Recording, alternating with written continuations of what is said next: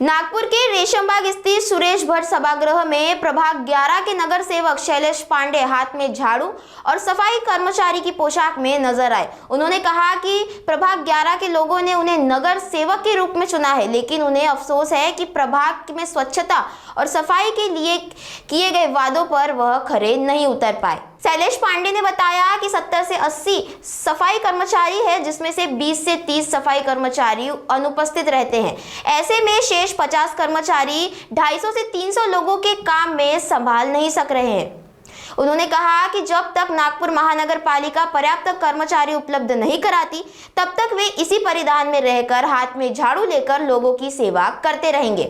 आइए सुनते हैं शैलेश पांडे का बयान। माझं नाम शैलेश पांडे आहे।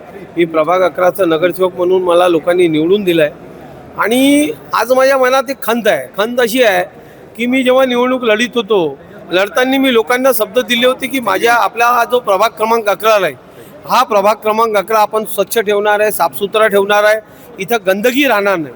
आज निवडून आल्यानंतर मला 1 ते 1.5 महिना झाला आहे, अजूनसुद्धा माझ्या प्रभागात गंदगीचा साम्राज्य आहे।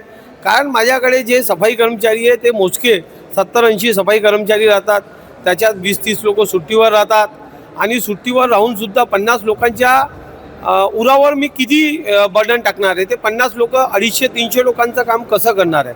आमची पूर्ण नवीन बस्ती बसून राहिली आहे, त्याच्यामुळे आमच्याकडे पूर्ण प्रभाग 11ला गंदगीचं साम्राज्य आहे आणि मी लोकांना शब्द दिला होता की मी निवडून आल्यानंतर आपल्या प्रभागात साफसफाई राहील, स्वच्छता राहील, प्रत्येक गलीत साफसफाई करणारा माणूस उपलब्ध करून देईल। ते मी करू शकलो नाही। त्या गोष्टीची मला खंत आहे। त्याच्यामुळे आजच्या या सभागृहाला माझा हा ड्रेस कोड आहे।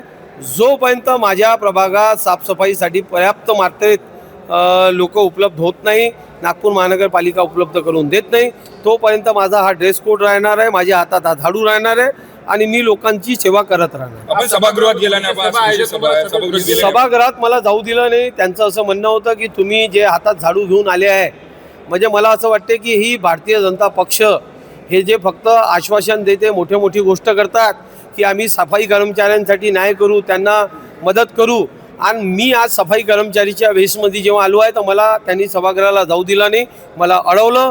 त्यांचं असं म्हणणं होतं की ह्या नियमाच्या बाहेर आहे।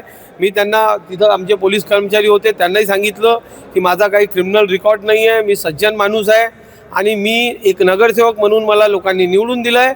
ही माझी वेशभूषा आहे, आता मी वेशभूषा बदलू शकत नाही, त्याच्यामुळे मला सभागृहात जाऊ द्या। त्यांनी मला जाऊ दिलं नाही।